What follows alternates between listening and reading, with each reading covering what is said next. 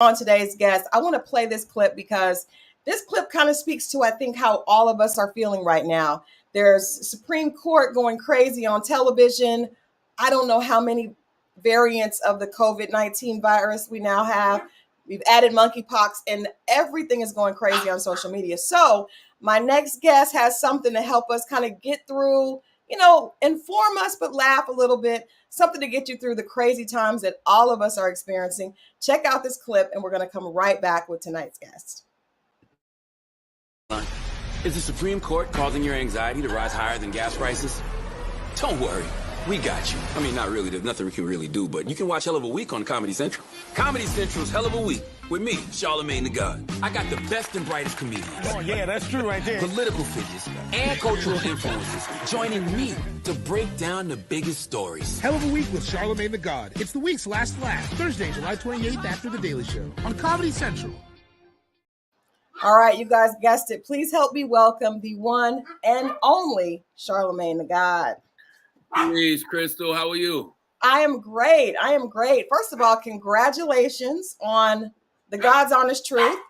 But we are absolutely excited about Hell of a Week because we can all relate to, I think we're having like hell of a last few years, right? Yeah, that's exactly why we changed the name. We changed the name to reflect more of the times and more of the times that we're going to see. Like, even when I say like the God's honest truth, yes, that is my perspective of things. You know what I mean? And that is my truth, is the way I see it, which you'll still get on the show. But Hell of a Week is just more broader in the sense of how everybody's collectively feeling. Right. Well, it's interesting because you can make light of some of these topics, Supreme Court, obviously political issues that we've, especially after the former president left office. It's like a lot of these issues people can make fun, people get most of their information from social media, but I mean, there's some really heavy topics that often, kind of leave us angry, very emotional. And I think it's really hard on everyone's mental health. So knowing that you're a big advocate of therapy, how do you suggest people kind of manage that, what they're taking in that can be negative and triggering, but you still want to be informed? Well, I think that's the beauty of, therapy, or even just not therapy, meditation, healing exercises, breathing exercises, because all of those are healing exercises, but breathing exercises. My good friend, Dr. Alfie Breland Noble, who runs the Acoma Project, and she runs my organization, the Mental Wealth Alliance. We did a panel on Saturday at the United Justice Coalition Summit for Rock Nation, and she said something that I thought was very profound. She spoke on how a lot of the times the cognitive behavioral therapy isn't enough, the talk therapy isn't enough, and she was like, she encourages people to do it, but she said that a lot of times we just need an outlet, and that outlet could be people who like to rap, people who like to sing, people who like to draw, people who like to go for a jog, whatever it is. It's a lot of different ways to, get things out of your system. And I think that's the way we have to look at it. Like, we know when we eat something we don't got no business eating, we pretty much know what can help flush it out of our system. And we have to be the same way in regards to what we take in mentally and emotionally. I like that. That's an interesting way to look at it. Sometimes you have to just flush it out. So whatever you have to do to balance it for you is what you need to do. Now, I want to ask you, because it seemed like we had 2020 where everybody sat down, and during that time, it seems like everyone took, started working and doing your job, because every celebrity that I've been a celebrity publicist for years, everyone has a podcast, everyone is going live, everybody has something to say. Do you think that it's overkill? Do you think this is where we just are, where so many people are trying to share it's like everyone's trying to express themselves all at the same time? No, Crystal, that's an observation that I made, but I never really thought about how I feel about it. Let me think. Let me feel into that for a second. Okay. I don't think it's a problem per se, not for me and what I do, because it's social media, right? And that's the way of the world. Like, I was literally just saying this earlier today. If somebody asked me what advice would I give to kids who want to break into the entertainment world, and I said, number one, I don't even know if I would tell them this is a field they should pursue, but also what is entertainment nowadays? Yeah. Meaning that, you know, my daughter's 14. She's met people like Oprah and the Ava DuVernays of the world, like the Issa Raes, and Yeah. she respects it because, you know, to her, she had to write a book report on somebody like Oprah, you know what I mean? So Right. she respects it, but I've seen her and her friends actually get excited over these stars on TikTok. I have no idea who they are. I have no idea who these people on YouTube are, you know, and she'll be like, oh, that's such and such. And I'll be like, who is such and such? And then she'll explain it to me. That person is not on my radar, doesn't register with me at all. But to her, they're the biggest thing in the world. So that is their entertainment. You know what I mean? Like my youngest kids, 6 and 3, they're the thing that they watch the most is YouTube. Yeah. You know, so it's like, even when you talk about these people with social media pages and everything else, like that's what you're supposed to do, you know, with your social media. And we just live in a world where everybody has an audience, like literally, whether that audience is 10,000 or 10 million, everybody has an audience and everybody wants to talk directly, you know, to their base. I'm not mad at that, you know, because I think the one thing I do understand is that it takes a lot of consistency to really be at the top of that, you know, game for a long time. And I think that that's one thing, you know, we've shown with the Breakfast Club, or even other platforms that I have, like Brilliant Idiots. Breakfast Club is going on 13 years. Brilliant Idiots is going on a decade. You know, I've been on television with Viacom for a decade, you know. So I just think it takes a certain level of consistency. So I actually appreciate everybody expressing themselves through their various platforms, just because, like, it honestly just makes me look better. I think. It makes you stand out because I've been here. I'm here. And Yeah. I know, like I said, I know what it takes. Like every day, Monday through Friday, 6 a.m. to 10 a.m. I made that commitment to be on, you know, your radio every morning, and we've been performing at a very high level for a long time. And I thank the listeners for that, number one, but also, you know, this is just what I'm here to do. Yeah. Before, because I want to ask you about that tenure and that what you've learned in that time and how things have changed. But before we go there, I want to stay there in the fact that, you know, social media is very different. Everyone has an audience.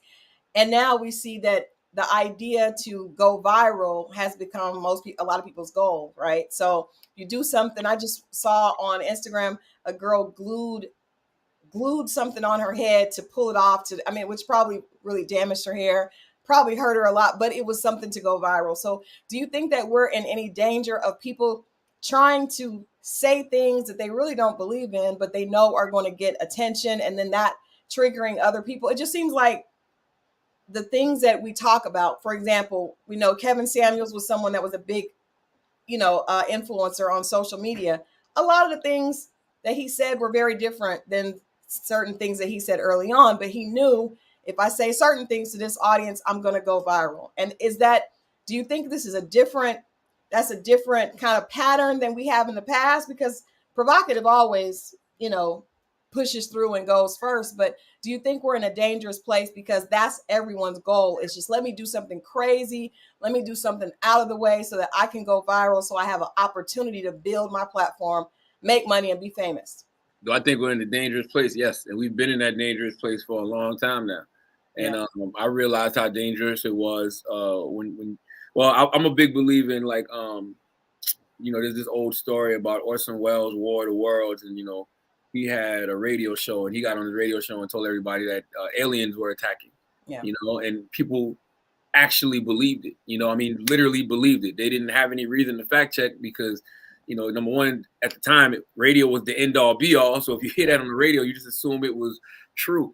And I think that's happened on social media a lot over the past, 5 to 6 years. Like, we've seen people really weaponize, social media. Like, when we say a danger as far as like people doing anything to go viral, there's always going to be idiots, but I'm actually talking about the people who, weaponize social media to make things up about people, to, create false narratives about people, to, we've seen them use it to attack other elected officials. It's just like, that's when it gets very, very, very, very, that's when it's really dangerous, because these are things that have real world consequences. Just look at, the 2016 election. And I think I read something this weekend where it was saying like during the 2016 election and over the past 4 years, they've been particularly targeting young Black men with misinformation. Yeah. A lot of it has to do with misinformation about the president, or the former president, Donald Trump. And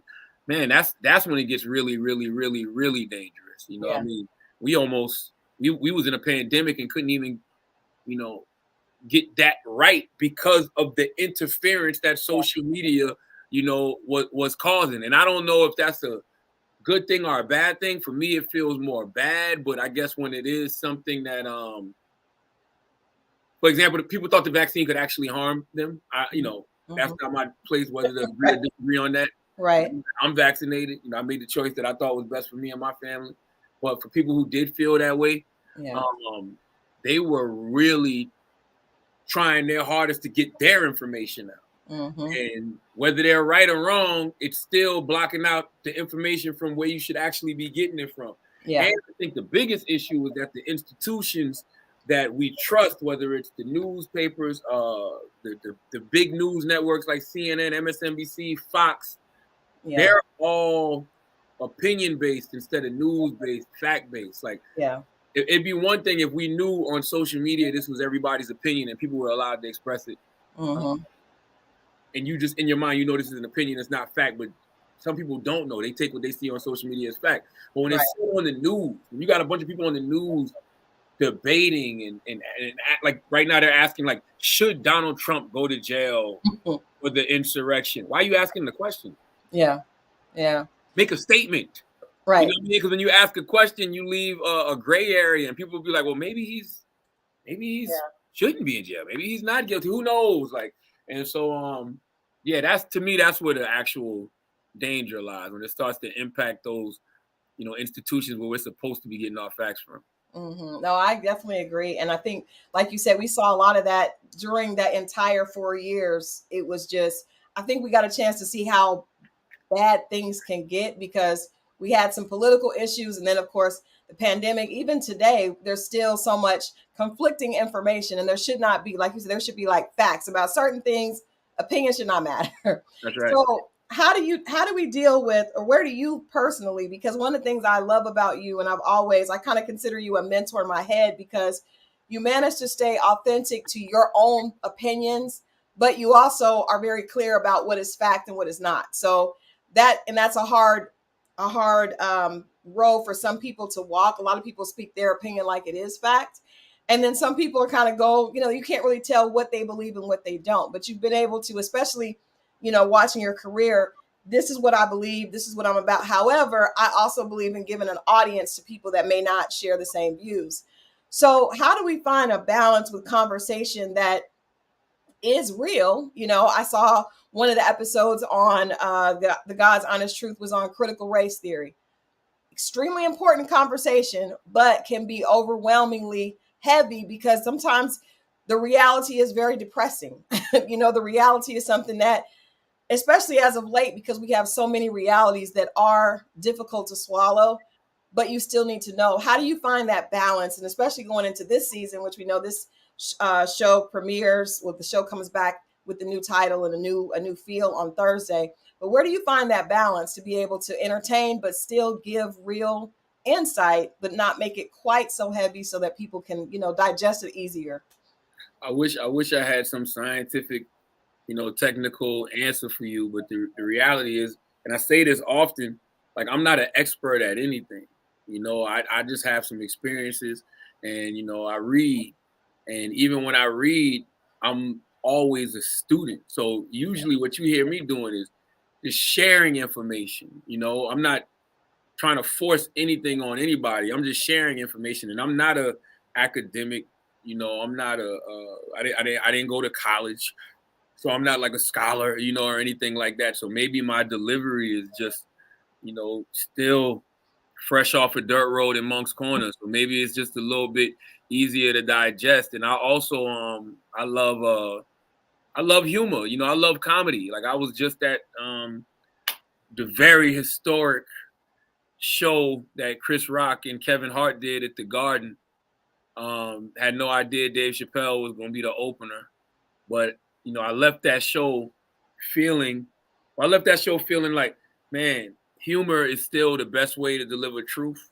Yeah. Humor is still the best way to message, because you're literally taking in information but laughing at the same time, and it's just something about it that just makes it more digestible. And everybody I grew up around was like that. They weren't necessarily comedians per se, but my dad and my uncles and my aunts and like my cousins, like my friends in my neighborhood, like that's just how we used to always talk. And it even felt like they used to deliver bad news with a joke. Yeah. And I'm talking about bad news, like such and such, like man, such and such just like harm themselves in a real way. Yeah. And they'll call you and talk to you like this person just left, like he went on vacation. Like it was just stuff like that. You know what I mean? Yeah. So it's like, damn. I understand now through therapy why we do that. We do that because it's just like trauma's hard, right? Trauma's hard to process. And sometimes we're very uncomfortable delivering that trauma or talking about that trauma. So it's just like that's what we just choose to do, lighten the mood. Yeah. So for me, it's just like I just like I said, I'm sharing information and I'm just delivering it in the way that I've always known how to. And I guess that's with humor. Yeah. I think that I know a lot of guys like that. And it's like, how can you be laughing about something like cancer? And it's like, that's just their way of being able to deal with it and express it. I want to ask you, because you mentioned comedy, and one of the questions that I had for you, because I watched Dave Chappelle's latest special on Netflix where he is basically at his old high school talking about why it was important for him to be authentic and fight for freedom of expression for artists. And he mentioned, comedians definitely is one of those last art forms that has that, but we see it even in the backlash that he's experienced because of some of his prior specials. And, obviously the situation that happened, earlier this year with Will Smith and Chris Rock, so many things are threatening freedom of expression when it comes to comedy. Do you think that we need to put things in place so that we don't have obviously a lot of people feel very insulted by certain comedians and what they're saying and different people. We saw that happen. So do you think there needs to be some regulation on how comedians are able to express themselves? Or do you agree that really needs to be free so that they can continue, even yourself can continue to share in a way that is authentic to you and also connects with your audience? No, I don't think anything needs to be put in place. I believe in freedom of speech. But I know that when you express yourself, you're not free of the consequences of said speech. So if somebody doesn't like something that you said, they can just simply choose to turn you off. They can simply choose to tune you out. The reason I don't think we need any type of policing is simply because, everybody's an adult. And I think intention matters a lot. Yeah. And certain people like the Dave Chappelles, the Chris Rocks, the Kevin Harts, just to name those three because they're fresh on my mind, their intention is absolutely positively never to harm anybody. Mm-hmm. Their intention is to make you laugh, and their intention is to observe the world and make us look at the world, from a different perspective. And I've never seen any one of them, offend and not take responsibility for that offense. Yeah.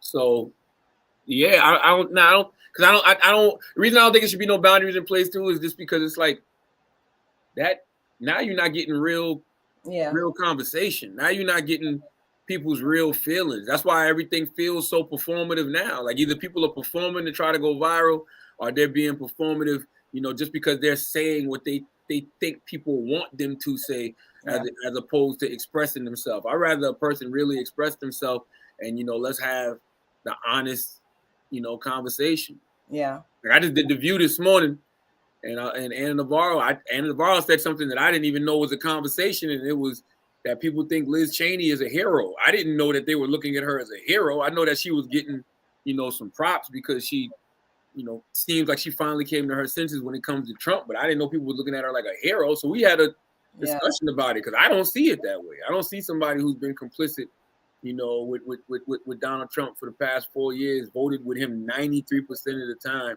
Yeah. And then even after the insurrection, you vote against the John Lewis Voting Rights Act. Like, you can't tell me that, you're for preserving democracy and, you're against systemic racism and anti-Semitism and oppression, but you're voting against a bill that will protect our voting rights from those things. Right. You know what I mean? So, yeah, I just like the conversation. We can agree to disagree all day. I'm cool with that. Yeah, I like that. Before we go, I want to talk to you a little bit more about your show, but I have to ask you, I know your history with Wendy Williams, and for me, it's like a huge, I miss her. And I think a lot of people that I miss that presence on television. Wendy's been a presence in most of our lives, for years when she was on the radio, and her show very successful for a long time. Just that in your face, I'm going to say it, what people are thinking. I'm not going to cater to the celebrities that I have on the show. There was a niche that she definitely had. How do you feel about her not being on television right now, not on television? We know that she has some other things in the works, but how do you feel about that, her not being there every morning or every early afternoon on television? I mean, for me personally, I'm a fan, just like everybody else is. I was a fan before I was working with her. When I worked with her, just watching her work ethic and how she went about doing her show every day, and things she dealt with in her personal life, but still was able to perform on that high level. I respect it, to the fullest.